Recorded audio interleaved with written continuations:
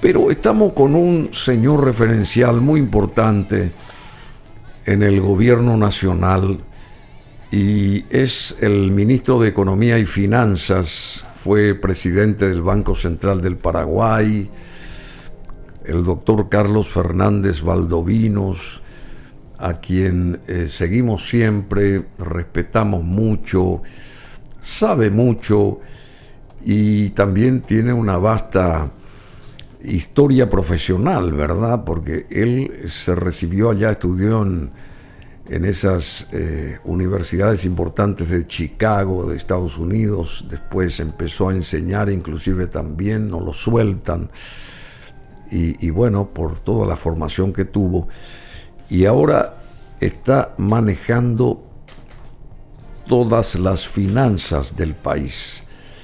Y se dio ese paso del Ministerio de Hacienda en este año primero, del gobierno nuevo de Santiago Peña, el paso del Ministerio de Hacienda a el Ministerio de Economía y Finanzas. Antes que nada te saludo, Carlos, un placer. ¿Qué tal, Bruno? Muchas gracias por la invitación para estar nuevamente en tu programa y gracias por los conceptos. Muy amable, por favor. Esa transición, ¿qué arroja? ¿Qué dejó? ¿Hay cambios ahí? ¿Hay mayor, digamos, manejo? No sé cómo se diría eso, porque ¿hace cuánto tiempo siempre tuvimos el Ministerio de Hacienda, que era el líder, digamos, de las finanzas, amén del Banco Central, por supuesto, pero el que daba el dinero, el que recaudaba el dinero, Ministerio de Hacienda, y de repente, contra viento y marea, porque habrá sido vos uno de los protagonistas, uno de los ideólogos para que eso suceda, pasa a ser Ministerio de Economía y Finanzas. ¿Y qué arrojó el cambio? Bueno, esta fue una de las primeras reformas que hicimos porque veíamos lo siguiente. El Ministerio de Hacienda, así como vos decís, era una de las instituciones claves en el manejo macroeconómico del país, pero tenía una cierta carencia. Se focalizaba mucho en lo que acabas de decir, como cajero del Estado, es decir, recaudaba y pagaba, recaudaba y pagaba. Entonces era una visión muy cortoplacista. Máximo se preocupaba de que el presupuesto general de gasto de la nación termine en buenas condiciones a final de año, o el presupuesto que se envía al Congreso finalmente sea el adecuado. Pero le faltaba un poco una pata más de mediano plazo, que anteriormente lo tenía la Secretaría Técnica de Planificación. Sí. Y lo que ocurría con la Secretaría Técnica de Planificación per se era de que podía tener muy buenas ideas, muy buenos documentos, propuestas de políticas, etcétera, en términos de desarrollo económico y social, pero no tenía la fuerza política. Entonces todo quedaba en un lindo reporte o en el cajón y no se implementaban muchas de las cosas que ameritaban ser implementadas y que habían sido diseñadas por la Secretaría Técnica de Planificación. ¿Y cómo te diste cuenta de que ese paso debía de darse, digamos? O sea, antes habrás estudiado eso, me imagino. ¿Cómo te diste cuenta de que...? Mira, porque venía la costumbre, Ministerio de Hacienda, claro, Ministerio de Hacienda. Hace rato entendíamos esa debilidad que tenía la institucionalidad económica del Paraguay, muy corto plazo y mediano y largo plazo separados, y necesitábamos unirlos. Y de hecho esto es algo que yo lo había discutido con el presidente muchas veces, antes de que él sea presidente, antes de que yo sea ministro, ¿verdad? Pero siempre en nuestras conversaciones económicas teníamos esa idea. Pero faltaba la voluntad política, ¿verdad? Que es lo que llegamos. Y sabíamos, imagínate, era tan importante para nosotros que la primera ley que se pasa desde la DENIT, que incrementa enormemente las recaudaciones, y en segundo lugar lo del Ministerio de Economía. Entonces estaba entre las tres principales reformas que queríamos hacer. Y de hecho me tocó quitar eso y algunos colegas, ahora que se cumple el primer aniversario, miraban con envidia que yo era el único ministro que juró 2 veces en 10 días. Ah, sí. Y claro, porque juré el 15 de agosto como ministro de Hacienda y el 23 creo que era, o el 26 de agosto como ministro de Economía. Claro. Qué ahora notable. Vamos a celebrar el primer año como ministro de Economía, justamente. Y bueno, tocaste algo DENIT, dijiste, ¿verdad? Y ahí está a la cabeza Óscar Orué y le están queriendo bajar así con onditazos a Óscar Orué. ¿Por qué? Si él hace muy buen trabajo. Óscar con su grupo con su equipo, ¿verdad? Está realizando un fantástico trabajo, todo buen trabajo. Él está permitiendo incrementos en las recaudaciones nunca vistas y permitiendo dos cuestiones. Nosotros siempre habíamos dicho de que no íbamos a ajustar los impuestos, no íbamos a tocar las tasas impositivas realmente, porque considerábamos que había todavía mucha evasión. Entonces sería injusto para aquellos que están pagando, subirle los impuestos a ellos, mientras que había mucha gente que evadía.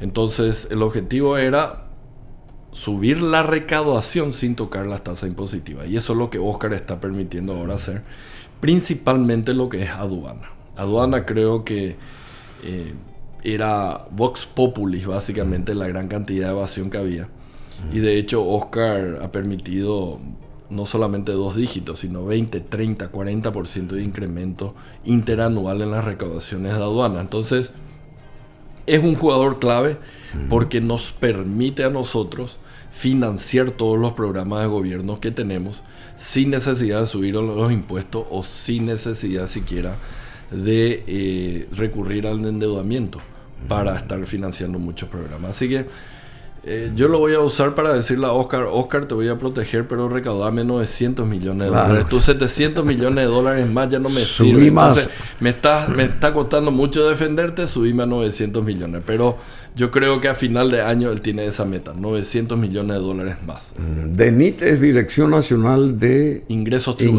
Tributarios. Y fue la consolidación de lo que era antes la SET, la Subsecretaría de Estado de Tributación, que eran los impuestos domésticos, IVA, corporativo, personal, y la parte de aduanas.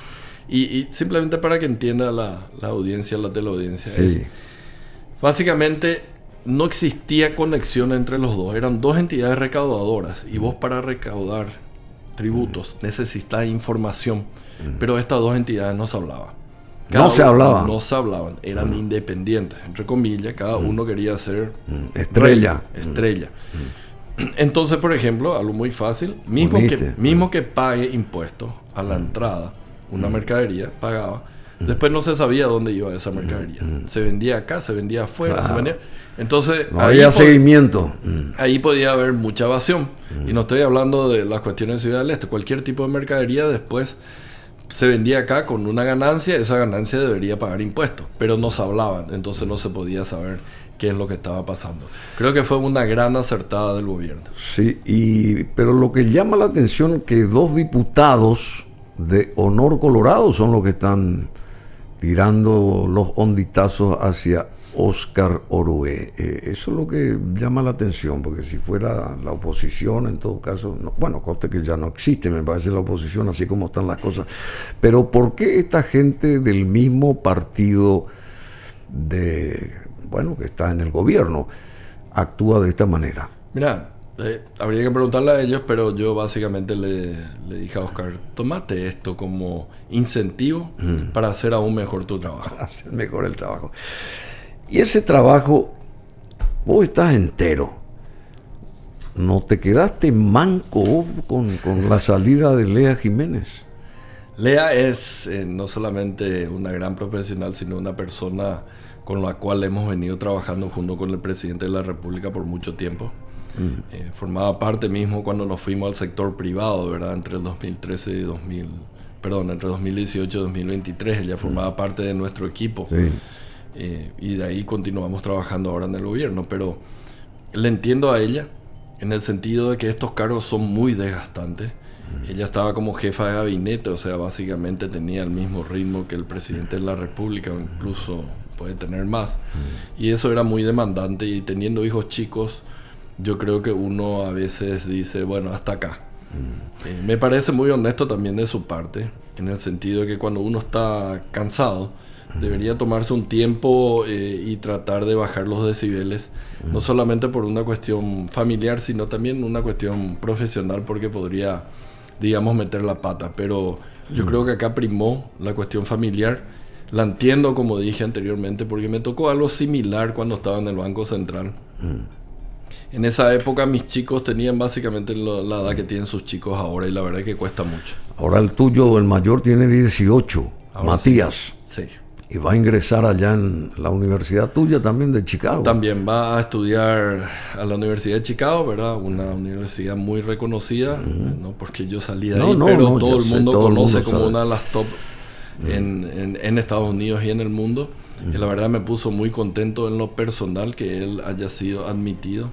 Y si bien él nació en Estados Unidos, o sea, tiene ciudadanía americana. Él nació allá. Sí, pero no pierde la ciudadanía paraguaya por esta nueva ley que tenemos. Entonces, básicamente va a ser el primer paraguayo que va a estar haciendo el undergrad en la Universidad de Chicago. Así que más que orgulloso de lo que ha logrado él. Qué bueno, Che, te felicito, y a tu señora también, por supuesto. Y tenés una hija de 15 años. Así mismo. Luján. Sí, ella también, vamos a ver, seguramente a futuro va a estar trabajando, va a estar estudiando también en el exterior, pero forma parte de los ciclos de vida, ¿verdad? Claro, tus hijos no son tus hijos, son hijos de la vida. Sí, son hijos Entonces de la vida. tenemos que dejar que ellos crezcan. Y empiecen a volar solos después. Empiecen a volar solos después. Yendo otra vez a lo de Lea, Lea era una suerte de muralla. Es la impresión nuestra, mía, así, yo soy un paraguayo como cualquiera, pero era como que ella puso siempre el pecho para defender la causa, lo que ustedes estaban organizando, a favor de la ciudadanía, por supuesto, y como que eso, bien dijiste, la pudo consumir, digamos, o sea, más allá de las fuerzas de cualquiera, el hecho de estar siempre ahí vigilante o siendo vigilado también, o sea, ella vigilaba las cuestiones económicas financieras del Estado, porque es un lugar importante el que ella tuvo. Pero yo creo que se la va a extrañar a ella, porque la percepción de una Lea Jiménez con una persona como vos, Carlos Fernández Valdovinos, eran como unos pontones. Ustedes hacían una suerte de protección al presidente, por supuesto, y al gobierno, y no sé cómo va a quedar ahora esa ausencia de ella. Conste que hoy leímos que va a ser la asesora de la presidencia en el Banco de Desarrollo de América Latina, la CAF, o el CAF, no sé cómo se dice. ¿Es así? Mira, como dijo el presidente, Lea es insustituible. Entonces para nosotros era una pieza clave en el equipo, de entera confianza del presidente, de entera confianza mía también, y estuvimos trabajando muy coordinadamente, así que evidentemente la vamos a extrañar, pero yo creo que vamos a seguir con la misma temática, o sea, trabajando para la implementación de políticas públicas que finalmente vayan más allá de un buen número en un reporte del Fondo Monetario, del Banco Mundial o de las calificadoras de riesgo, que sean políticas públicas que realmente le lleguen al bolsillo de la gente. Así que vamos a seguir trabajando con el mismo ahínco. Y esperemos que Lea no desaparezca. Yo creo que no.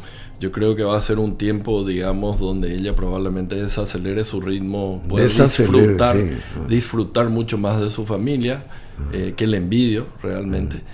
Pero después seguramente ya va a estar en condiciones nuevamente de seguir colaborando con nosotros. ¿Consume mucho tiempo la actividad tuya, digamos, en líneas genéricas? También, por supuesto, la del presidente, la actividad que tenía Lea, etc. Esto consume mucho tiempo, y en lo personal, ¿cómo afecta a la parte personal, familiar, el hecho de estar en un puesto tan importante, influyente, y más si se trata de finanzas, si se trata de manejar la cosa pública, digamos? ¿Eso afecta en lo personal o tenés espalda para rato todavía? No, consume mucho tiempo, ¿verdad? Yo creo que por suerte mi familia me entiende, principalmente mi señora, o sea, ella es la piedra fundamental sobre la cual yo puedo realizar toda mi gestión, y siempre pude realizar toda mi gestión profesional. Pero también es necesario de que, sabiendo que el puesto es muy demandante, vos te organices muy bien. Y parte fundamental de la organización es que vos cuentes con un muy buen equipo. Entonces, desde el momento en que hablábamos con el presidente de la República de la posibilidad de colaborar con él, ya empecé yo a armar mi equipo y de hecho estuve recogiendo gente o digamos reclutando gente que ya había trabajado anteriormente conmigo y formamos un muy buen equipo tal que muchas de las cosas básicamente son definiciones de estrategia que yo lo puedo hacer o con el presidente de la República o solo si es exclusivamente de economía y es mi equipo el que implementa.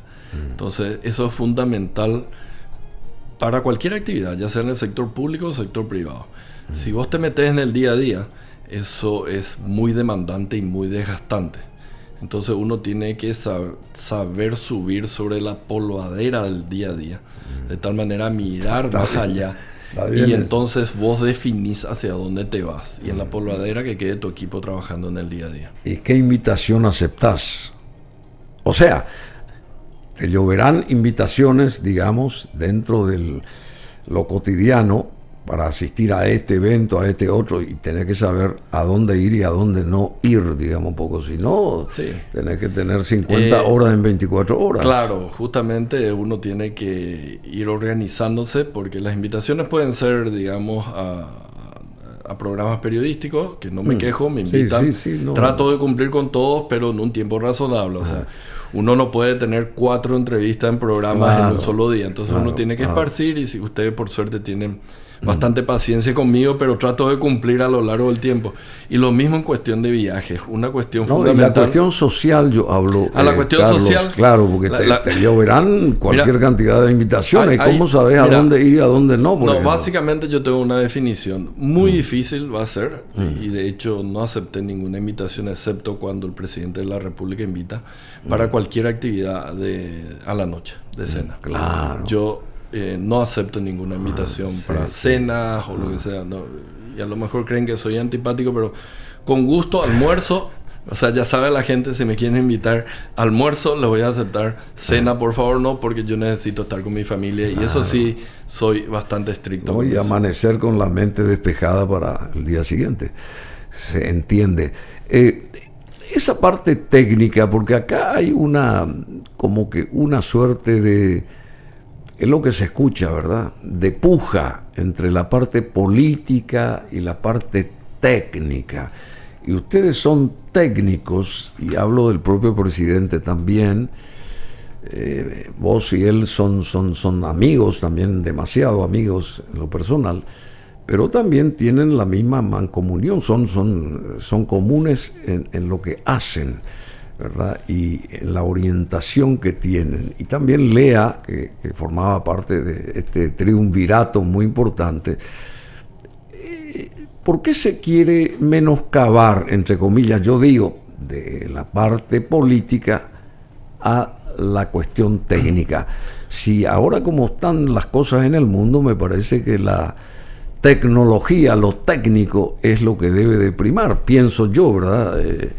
Neófitamente te hago esta pregunta porque no estoy muy metido en los zapatos de ustedes, pero hay como una puja ahí que los políticos quieren descabezar a aquellos que lideran ese andamiaje del tecnicismo, lo que sea. Mira, te voy a dar mi visión respecto a eso.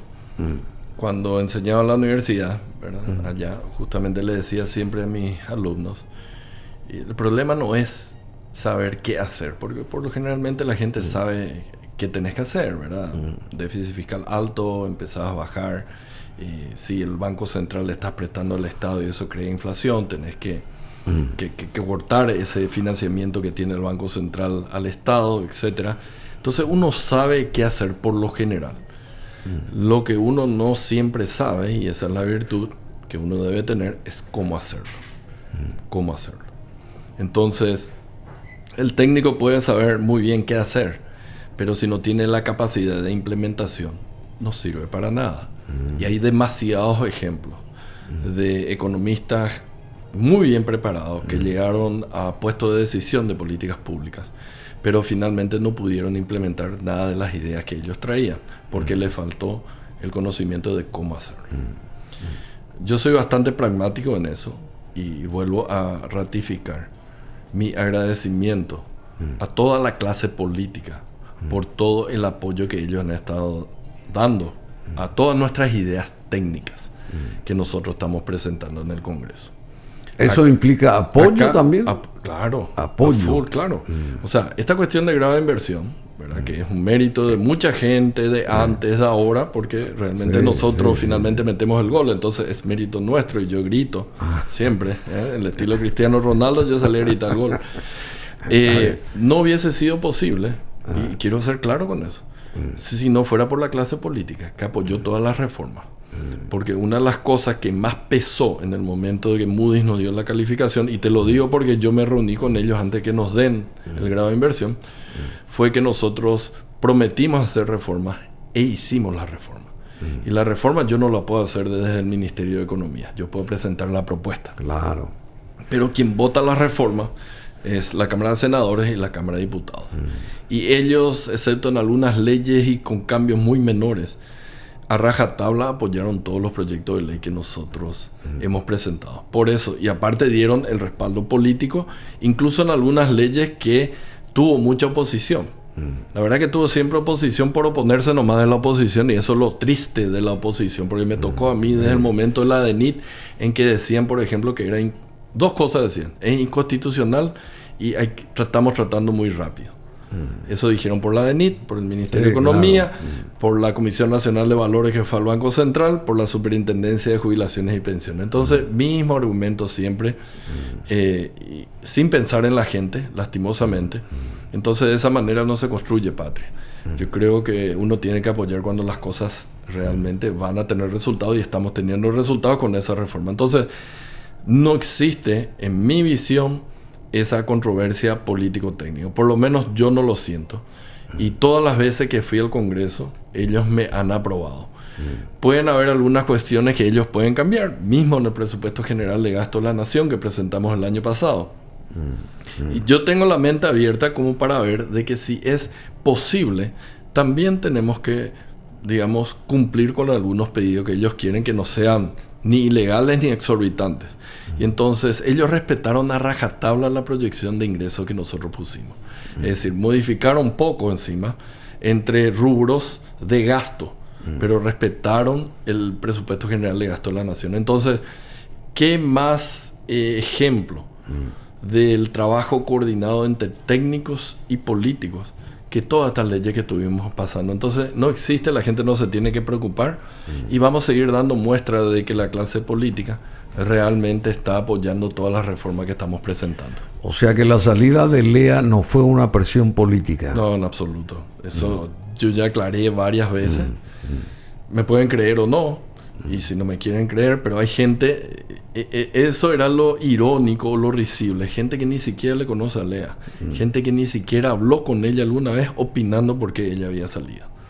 Parece risible y hay que ser un poco serio. Yo que la conozco muy bien, yo que trabajo muy de cerca, te digo, estos puestos son desgastantes, y llega un momento en el cual uno dice, bueno, tengo que tomarme un break, me voy con mi familia, me voy a un lugar más tranquilo, y va a pasar con todos probablemente, va a pasar conmigo eventualmente. Entonces no hay que asustarse de que me estoy peleando con A, B o C, sino simplemente llega un momento en el cual uno quiere dar un paso al costado para empezar a tener otro estilo de vida. Vos tenés mucha fuerza, 59 años, sos un pibe. 59, sí. Ahí tenés café también, entre paréntesis. Rico café acá hay. Y hablando de este presupuesto general de la Nación, leí hoy que un sindicato, no sé cuántos sindicatos hay en ese Ministerio de Economía y Finanzas, un sindicato solicita que se incluya el 69% de aumento para el siguiente presupuesto del 2025. ¿Y cómo se ataja eso? Yo lo tomo muy bien, porque es un derecho constitucional, el derecho a peticionar, como también existe el derecho a denegar los pedidos. Claro, o sea que, bueno, ya con eso ya dijiste todo. Con eso ya dijiste todo. Pero vamos directo a este tema, porque hay mucha gente que no entiende lo de la... O sea, porque está en otra cosa, o no sabe, o no le prestó atención, y ahora sabe que tiene que prestar atención, más o menos, sobre el resultado de esta calificadora Moody's. Porque hay otras calificadoras que me imagino se van a sumar a lo que planteó y cristalizó a favor de Paraguay Moody's en este caso. Ese grado de inversión, en palabras simples, ¿qué significa? Por un lado, yo sé, nos abre puertas en el plano económico, pienso yo, ¿verdad?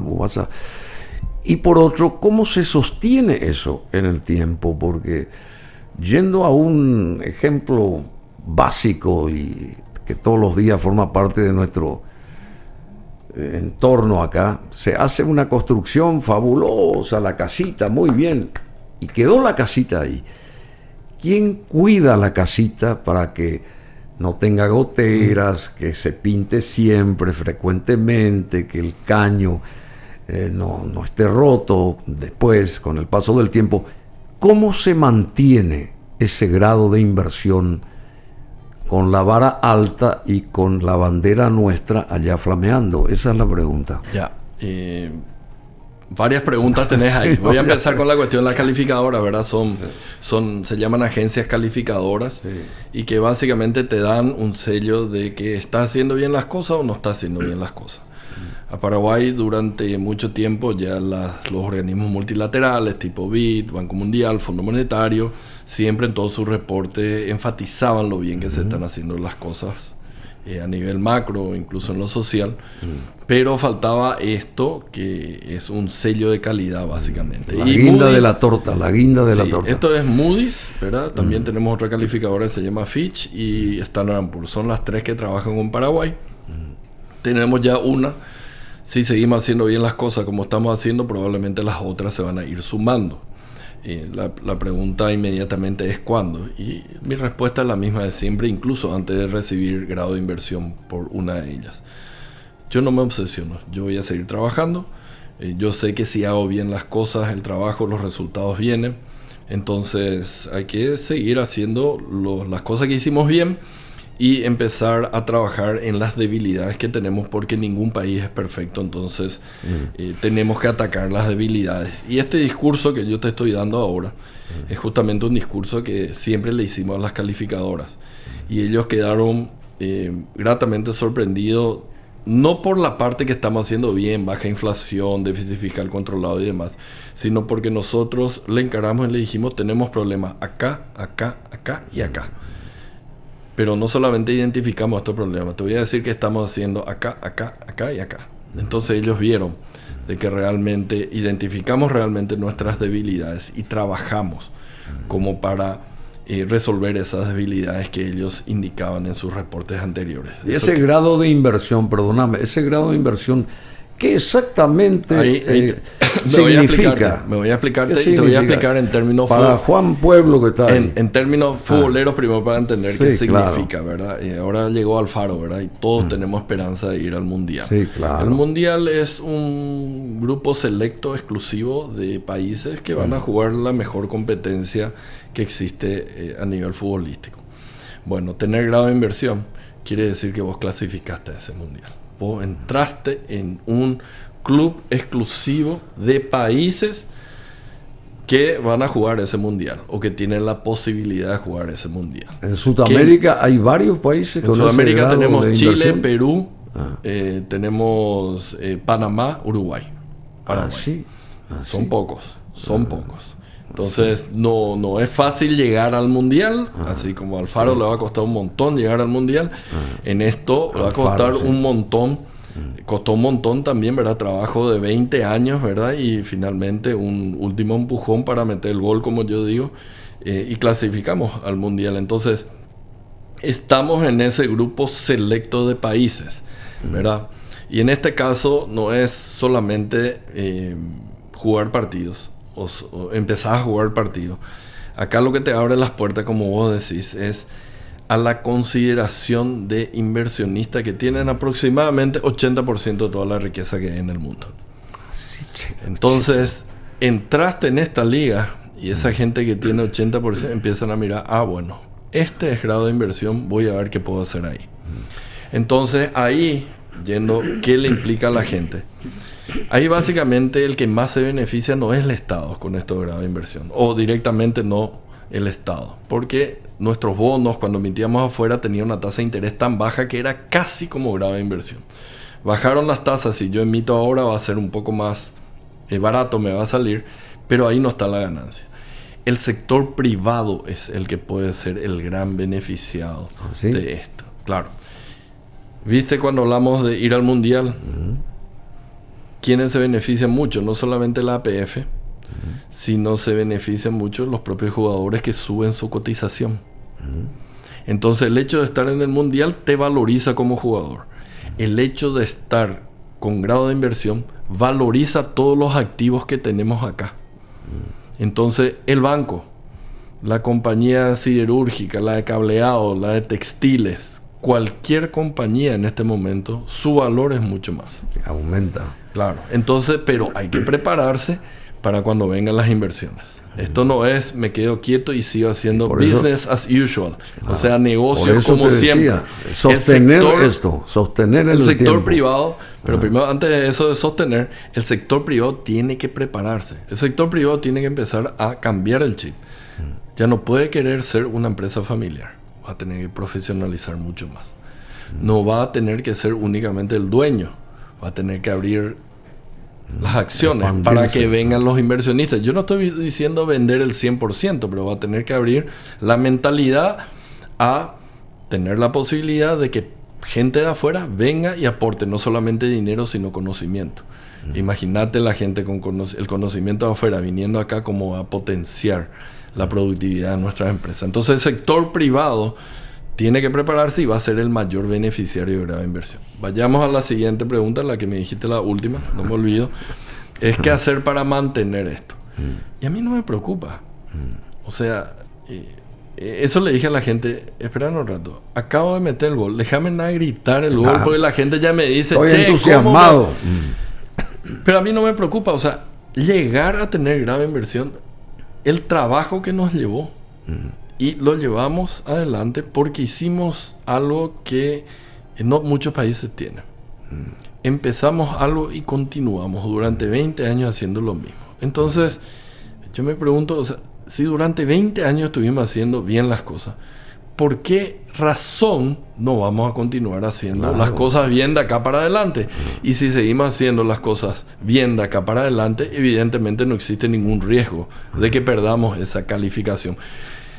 Siempre yo doy este ejemplo. En el 2013, cuando vengo de afuera para asumir el Banco Central, nosotros lanzamos un libro que se llamaba El Guaraní, 70 años de estabilidad, y después el último subtítulo era Una conquista de la sociedad. Ahora tiene 80 ya. Ahora ya tiene 80.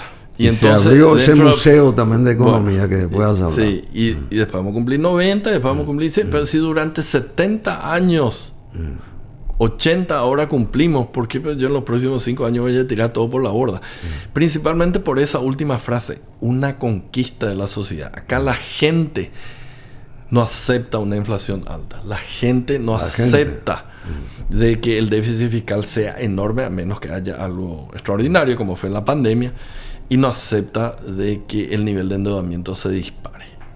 Eso hace muy fuerte a la macroeconomía paraguaya y le diferencia de muchos otros países que alguna vez empezaron a hacer bien las cosas y enseguida se descarrilaron. Acá tuvimos continuidad y por tanto la continuidad va a seguir. Yo no dudo de eso y por tanto no tengo ni que preocuparme de que vamos a caer en la calificación. Al contrario, yo ya estoy pensando en qué cosas más voy a hacer, porque dentro del grado de inversión hay otra vez notas. Y yo quiero seguir subiendo las notas. Subiendo la cuesta. Bueno, pero retrocedemos en el tiempo. Dijiste 20 años y se siguió haciendo bien. Ese inicio fue gestado por el gobierno, creo que la parte final de Guasmosi, cuando solicitó ahí que se visualizara lo que pasaba en los bancos y todo ese tipo de cosas, que fue también, le produjo un shock a él y a su gobierno, pero se empezaron a abrir las compuertas de esos bancos. Después llega Nicanor con Borda, que fue creo que el iniciador prácticamente de todo esto, que ahora ustedes tienen la pelota y que la metieron ahí el gol. 20 años pasaron. ¿Cómo se dieron cuenta hace 20 años que ese era el camino y hoy ustedes están celebrando, ¿verdad? Que me parece excelente. Y todo el mundo hizo a rajatabla dentro del mundo financiero acá de Paraguay, bursátil o como quieran llamar, hizo bien su trabajo. Los gobiernos que pasaron siguieron con una suerte de estabilidad monetaria. Ya dijiste 80 años del guaraní, no se sacó nunca un cero, y vemos ejemplos ahí al lado que son desastrosos, y el guaraní sigue vigente, que también es una suerte de tabla salvadora, y lo que hace y lo que hizo el Banco Central del Paraguay también, por supuesto. ¿Cómo se comenzó a visualizar? Mi pregunta es esa. ¿Cómo hace 20 años se comenzó a visualizar que el norte estaba para acá? Digamos. Te doy, porque me tocó vivir, o sea, profesionalmente, la satisfacción que tengo es enorme, y te voy a decir por qué. Porque a mí me tocó participar allá en los inicios, en la consolidación, siendo presidente del Banco Central del Paraguay, y finalmente metiendo el gol. Entonces, no creo de que pueda tener otro tipo de alegría profesional más que esta de haber participado en los 3 procesos. Entonces creo que tengo conocimiento de causa. Y te voy a contar lo que era el inicio, no 2003 que empieza en Nicanor. Yo te voy a contar 2002. Ah, sí, 2002. 2002. Ahí, últimamente, en ese año, justamente cae uno de los mayores bancos, que era el banco alemán en ese entonces. No, era Guasmosi, ¿no era? No, Guasmosi fue en los 90, 95, perdón, sí. Esto ya era la época de González Macri. Sí, y ahí teníamos 2 personas que a lo mejor la gente habla de Borda, que no le quito ningún mérito, pero se olvida del verdadero inicio de la parte técnica. A ver. Que fue Raúl Vera en el Banco Central y James Spalding como ministro de Hacienda. Entonces, Raúl Vera y James Spalding, ambos negocian en el 2002 un acuerdo con el Fondo Monetario Internacional. Ahí están las bases técnicas de lo que sería la estabilidad macroeconómica de Paraguay. No empieza en 2003, empieza en 2002 con ellos. ¿Cuál es la diferencia? 2002 estaba González Macri, que tenía poco poder político y por tanto poco respaldo político. Y este acuerdo con el Fondo Monetario, al cual llegan le dio el peso necesario. Raúl y Jimmy, ¿verdad? No se materializa porque no se consiguen pasar las leyes que estaban en ese acuerdo. Ahora bien, gana Nicanor y podés buscar y vas a ver quiénes eran los asesores económicos en ese entonces. Raúl Vera, James Spalding. Sí, está bien. ¿Quién se va a Washington a hablar con el Fondo Monetario Internacional una vez electo Nicanor? Castiglioni, Raúl Vera, James Spalding. Qué bueno lo que decís. Entonces, qué bueno lo que recordás. Eso, ¿verdad? Yo creo que hay que darle méritos a estas 2 personas que fueron las que diseñaron técnicamente, ¿verdad?, la necesidad de un acuerdo con el Fondo Monetario Internacional, que no se pudo implementar inicialmente, pero que básicamente ese mismo acuerdo es que Nicanor, siendo presidente de la República recientemente electo, tiene la virtud política de reconocer que es importante y también la fuerza política. Entonces acá nuevamente se sabía qué hacer, lo que no se podía es cómo hacer. González Macri no pudo, Nicanor sí sabía cómo hacer y le dio respaldo a los técnicos para que finalmente esto se concrete y empiece a avanzar bajo la gestión de Nicanor y de inicio Borda. Pero el origen realmente de la estabilidad es 2002. Y sería interesante que le llames tanto a Raúl como a Jimmy para que te cuenten la historia de esa época. Y después Raúl Vera fue presidente del Banco Central del Paraguay. Sí, yo lo entrevisté un par de veces. De hecho, cuando cae, hace mucho tiempo, cuando cae ese acuerdo del Fondo Monetario, se van tanto Raúl Vera como Jimmy Spalding.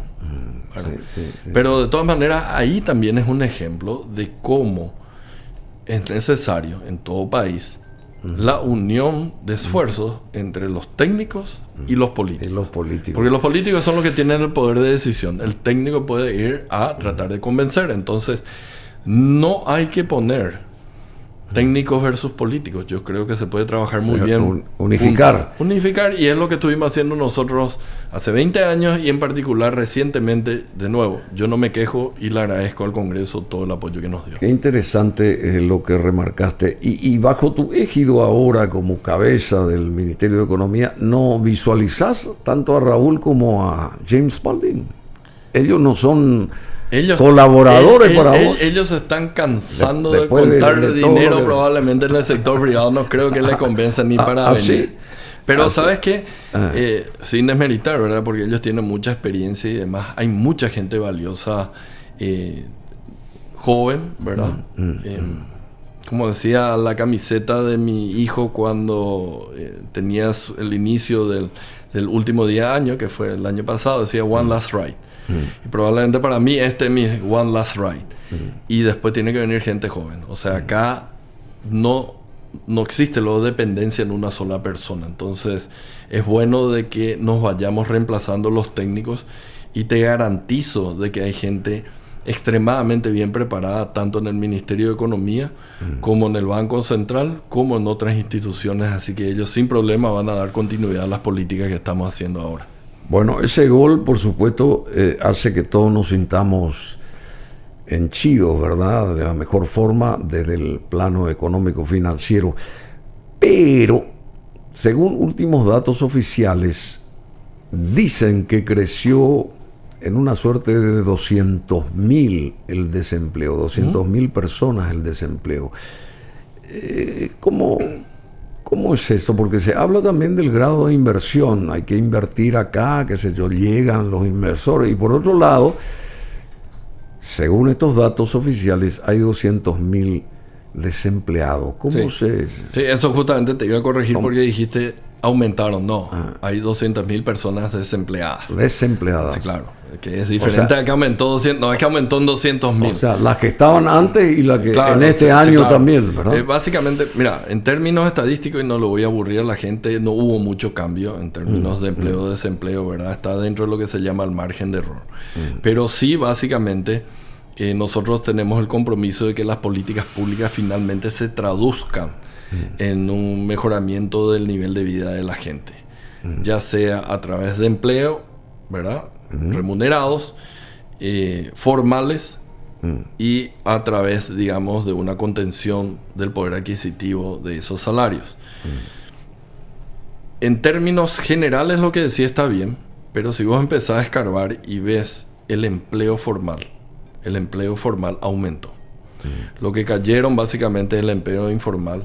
Lo que subió es lo que cayó es el empleo informal, y principalmente algo que se llama empleo no remunerado, que por ejemplo amas de casas y demás, esos, o gente que trabaja sin ningún tipo de remuneración en la MIPYME del papá, ¿verdad? Entonces ese tipo de empleo, que es primero informal y segundo no está remunerado, es el que salió, es el que aumentó, es el que se acabó, y por tanto aumentó el nivel de desempleo. Por tanto preocupa, y sí, pero era un empleo bastante inestable y encima es no remunerado. Ese mismo dato oficial te dice que el empleo formal remunerado aumentó. Entonces, de cierta manera estamos conformes, porque no solamente es cantidad, sino calidad del empleo que estamos focalizando. En segundo lugar, la cuestión del poder adquisitivo, ¿verdad? Lo que hizo este gobierno, dentro de todo, es primero contener la inflación, ¿verdad? Que estuvo por encima del 10%, 11,8% creo, y ahora está en niveles de 4%. ¿Cierto? Algunos productos están caros porque no volvieron a bajar, pero por lo menos nos siguen subiendo. Y ahí tenemos el ejemplo, digamos, también de lo que fue el precio de la gasolina, que se bajaron 4 veces. El precio de la gasolina hoy está más barato de lo que era con el gobierno anterior. Se bajó el precio del gas. Entonces hay una serie de medidas que están direccionadas a que las políticas públicas lleguen finalmente al bolsillo de la gente, que es lo más importante. ¿Estamos contentos con lo que se hizo, con lo de grado de inversión y demás? Sí, pero no estamos satisfecho. Nosotros tenemos que seguir trabajando para que la gente siga sintiendo en el bolsillo los beneficios de una buena política económica. Pero justamente hay gente de la calle que no siente nada en el bolsillo, por un lado. Y por el otro, te digo, querido Carlos, aumentó el sueldo mínimo, creo que en 100 un poco más de guaraníes, creo que ahora es 2.700.000 y algo, pero con todo lo que suben los productos tampoco es algo importante para aquella persona que recibe ese sueldo. Es imposible pensar así como metieron ustedes el gol y este grado de inversión, que hay que felicitarles a ustedes por todo este esfuerzo que hacen o hicieron. Es imposible pensar tan siquiera en un sueldo mínimo un poco más acorde a la vida, a la pesadez de la vida en cuanto a costo, hablo yo. Mira, nunca vamos a estar satisfechos nosotros del salario que recibamos, y mismo el empresario que gana mucho va a decir quiero ganar más. O sea, me parece bien, es parte de la naturaleza. Con lo cual no desmerito las reivindicaciones que tienen la clase trabajadora. Ahí tenemos que tener cuidado, y creo que esto ya hablamos la última vez que estuve por acá. Vos podés poner el sueldo mínimo a 10 millones y vas a decir qué bien va a estar toda la clase trabajadora. El sueldo mínimo pasa a ser 10 millones de guaraníes.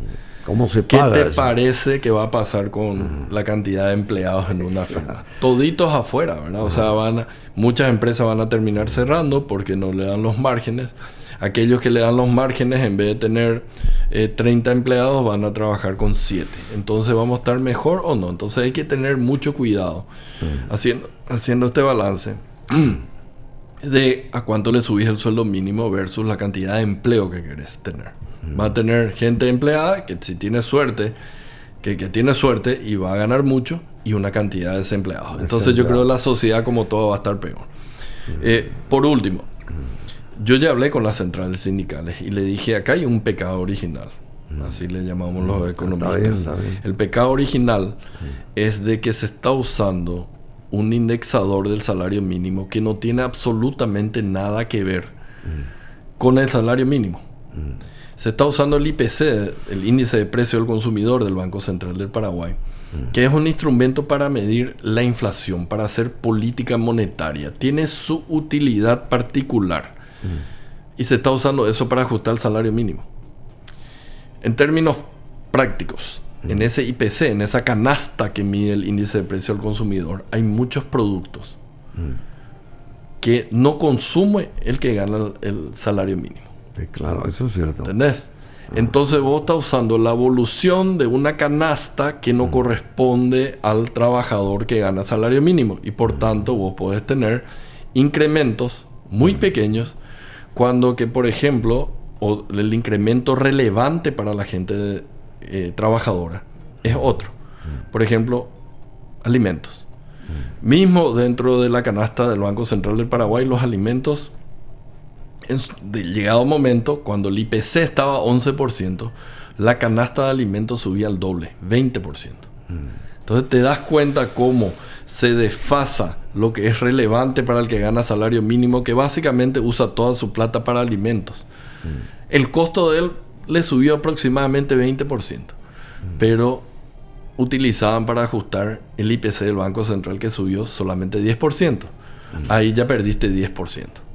Entonces, yo hablé con las centrales y le dije, vamos a trabajar en tener un indexador que refleje realmente a los que ganan salario mínimo y no usar más el del Banco Central. Esperemos trabajar en eso. Bueno, yo sé que tenemos que despedirte en el sentido de que vos tenés un montón de actividades y te agradecemos una vez más, querido ministro Fernández Valdovinos, pero hay dos pequeñas cositas importantes. Todo ese éxito de 20 años en el plano económico financiero, con lo del Banco Central también ahí como faro, digamos, y el golazo que metieron ustedes ahora con este grado de inversión, ¿por qué eso mismo no se emuló en otras áreas, digamos, como la salud y como la educación? pregunto, porque ustedes no hicieron esto en Alaska o en, no sé, en la India, hicieron acá en Paraguay. Y esta gente que estaba mirando lo que ustedes hacían hace 20 años o un poco más, ¿por qué no emularon eso mismo en lo suyo? Es una simple pregunta. Así mismo, yo creo que esas realmente debería ser un objetivo de todos los gobiernos.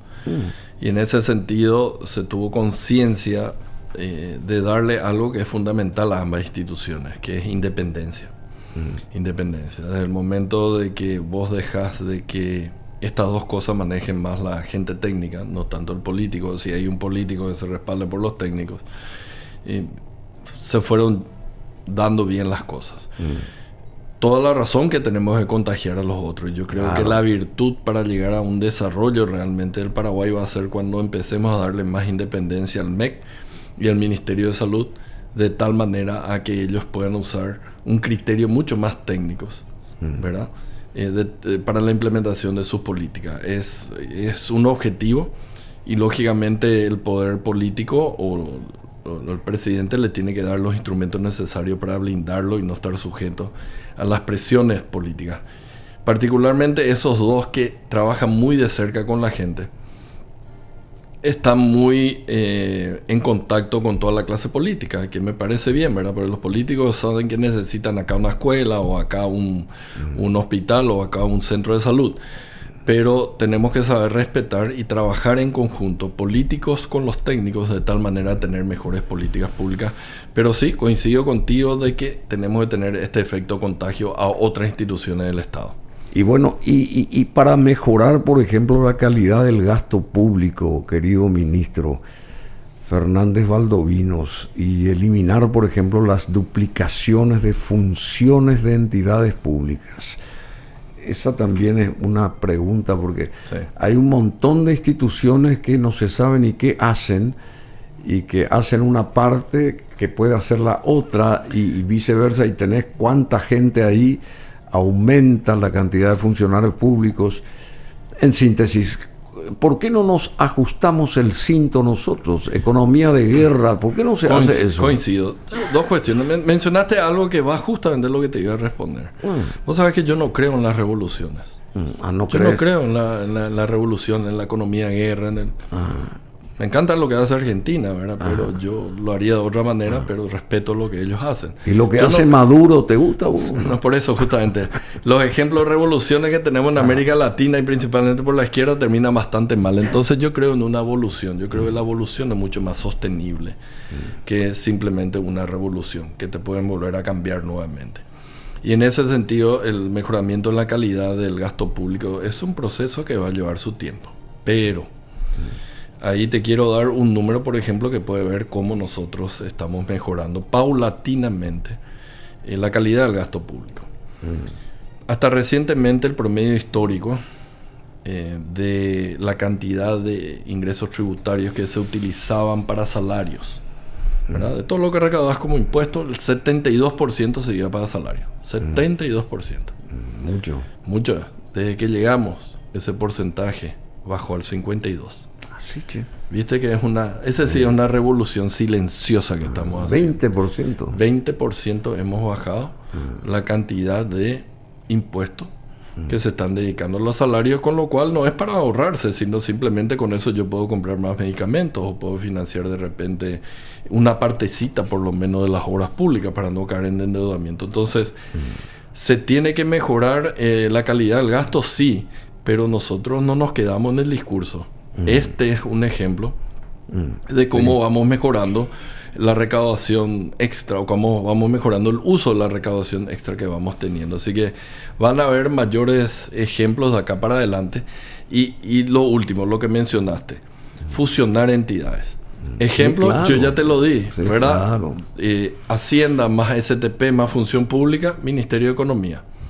82 cargos gerenciales disminuimos nosotros. Creo que eran 6 millones de dólares o poco más que nos estamos ahorrando por año. 6 millones le viene bien para comprar medicamentos.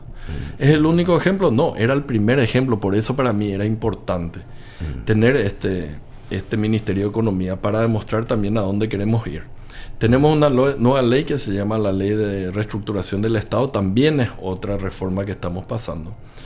Y vamos a ir presentando proyectos de leyes basados en esta nueva ley que van a permitir fusionar varias instituciones. No me olvido, estoy de acuerdo, pero ya lo pensamos y ya estamos trabajando para eso. Qué bueno, qué bueno. Y la evaluación así rápida nomás, y en prospección, porque faltan todavía varios años de este gobierno que arribó a su primer año de gestión, de acción, de revolución, como quieras. ¿Qué falta a partir de ahora? O sea, pasó ya un año, comenzamos el siguiente, teniendo en cuenta que llegan las famosas elecciones del 2026, después las elecciones generales del 2028. ¿Qué hay que hacer y con qué celeridad se deben de cumplir las metas? Seguramente a corto y largo plazo, pero necesitamos que se vaya moviendo la economía en general, ¿verdad? Y que la gente tenga dinero también, Carlos, en el bolsillo, que es lo que nos tiene hoy. Mira, esto de grado de inversión realmente no es el fin de la carrera, al contrario, es el inicio de una nueva carrera. Entonces nosotros somos conscientes de que ahora recién estamos empezando. Vos me contabas que un año, no sé qué es. Yo empiezo ahora.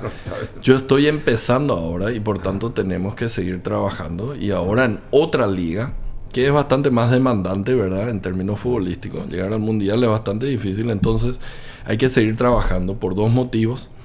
Necesitamos seguir sosteniendo la estabilidad macroeconómica que tenemos. Por lo tanto, hay muchas reformas que tenemos que trabajar. Ejemplo, ley de servicio civil, la ley de la caja fiscal, una nueva ley de seguros, una nueva ley de APP que vamos a estar presentando próximamente. Qué bueno. Y después tenemos que seguir trabajando en mejorar aquello que dijiste, mejorar salud, mejorar educación, darle más insumos también a seguridad, que es otro tema que le preocupa a la gente.